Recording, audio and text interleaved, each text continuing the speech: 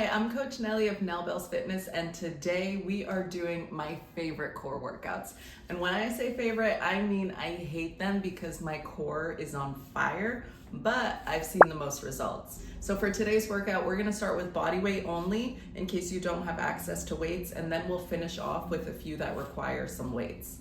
Now, the thing to keep in mind when it comes to getting a really strong core is one, proper nutrition. So make sure you're getting enough protein, you're eating your fruits and veggies, have really colorful plates, and portion control. Second to that is you should be incorporating strength training into your workout regimen so that you're really challenging your body and doing a lot of compound movements that are going to require you to use your core. And this is using your core in more functional ways as opposed to just doing crunches all day. All right, so with that in mind, let's get into this workout. So for this core workout, we are gonna start with 3 body weight only core exercises, and then we'll finish off with 2 that require weights. Now, the way that we're gonna do this workout is we are going to perform the movements for 45 seconds, and then we'll have 15 seconds of rest, and we'll repeat every movement 2 times. So let's get into it.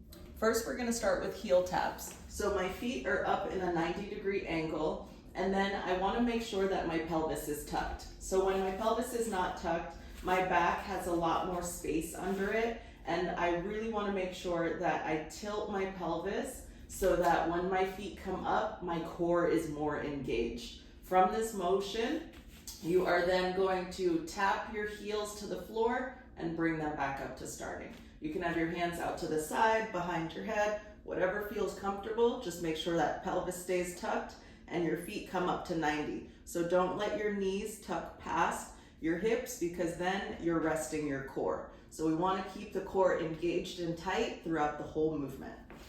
Let's get into it. Whew.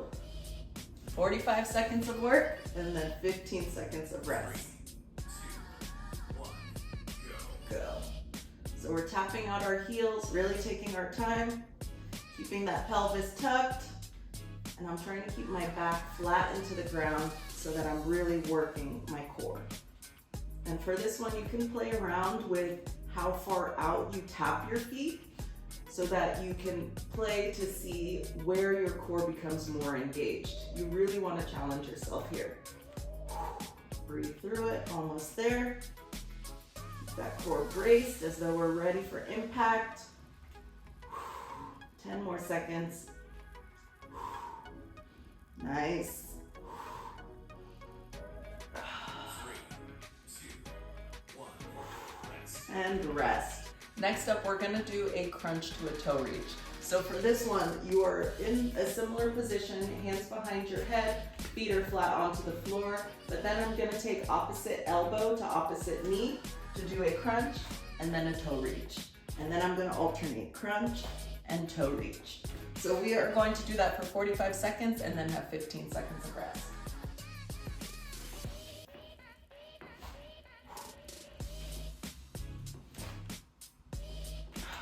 Crunch and toe reach. Make sure you are really lifting that shoulder off of the ground as you do your crunch, and then lifting the upper body off the floor as you do the toe reach.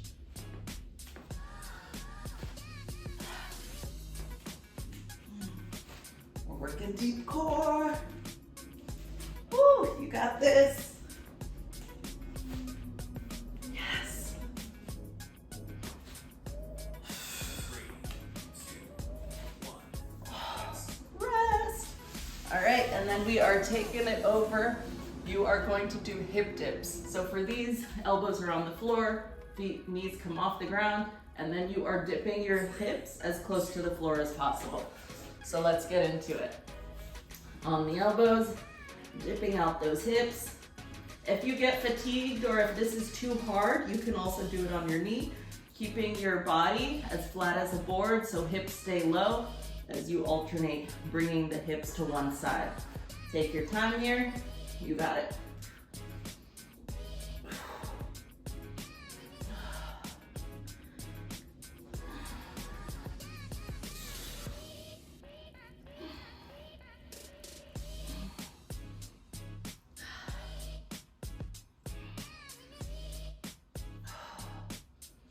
Breathe through it.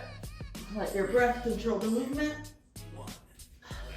Rest. All right, so for our next two movements, we are going to use some weight. I want you to grab your dumbbells. Your hands are gonna go straight up above your head. So you're having your arms parallel with your ears.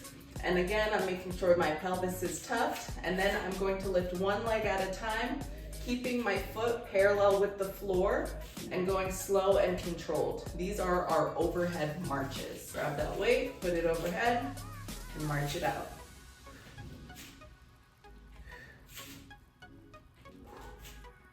You got this. Core is engaged, pelvis is tucked. And when I say core engaged, you are bracing for impact. What does that mean? Well, if someone was about to punch you in the stomach, the feeling you would get of whoop, that's what I want you to hold throughout the movement. It's a bracing motion where you can still breathe as you move. And as you're holding this weight, really push it up overhead. So we're really engaging our back a little bit more. It's really forcing this to be a very functional movement because we are engaging a lot of muscle groups here. Rest. Way to work. All right, next up, we are staying standing and we are still using weight. This time you're grabbing one weight and you are going to do a halo, bringing the hand around the head and keeping one foot up. Let's go for it. So for this one, we will do it all on one side, and then for the next round, we will do the other side. Let's switch the direction halfway through. And if you have a kettlebell, definitely give this a try with kettlebells. I love to do it with kettlebells because then it's really challenging core because there's a lot more instability in the movement, just with how the kettlebell distributes the weight. One more time in this direction, and then switch directions. Ooh, get the balance. Nice save. Keeping that foot parallel to the floor. Rest. Amazing. Now we're gonna flow through that one more time. All right, it's our last time through from the top. Now that you know what you're doing, let's get right into these heel taps. Feet come to 90, and we are going for it. Tapping out the heels, moving slow and controlled here.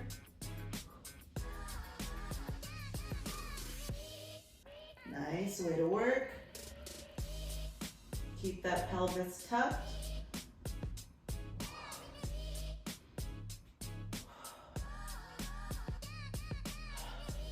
You got this. You can do anything. You are capable of everything.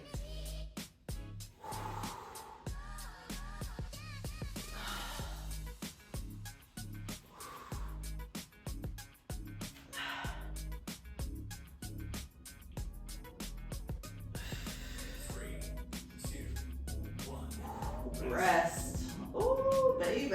Next up, we have the crunch to the toe reach. Let's go for it. Hands behind the head, feet flat on the floor, opposite elbow to opposite knee. And then reach for that foot. And then we're gonna alternate. Control your breathing here. Let the breath control the movement. Breathing out as we reach up for the foot.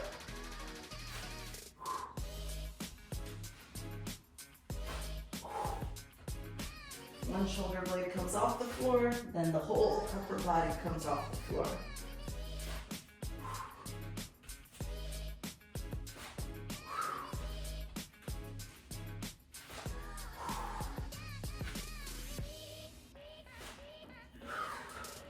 Five more seconds. Woo, rest. All right, let's flip over for those hip dips.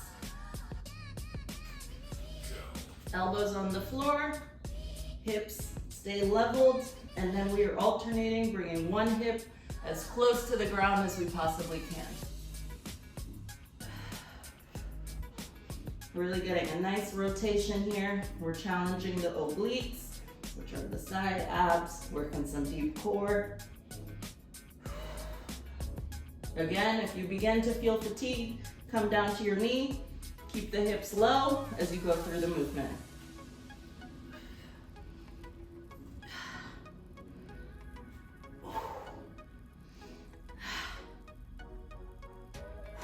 Almost there. Rest. And now it's our last time with the weights. So arms up overhead and go for those marches.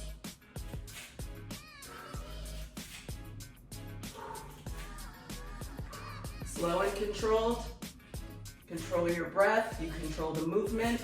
Pushing that weight up overhead, you got this.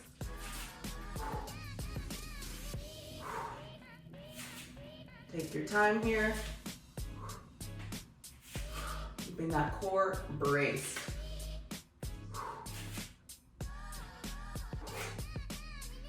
Yeah, almost there.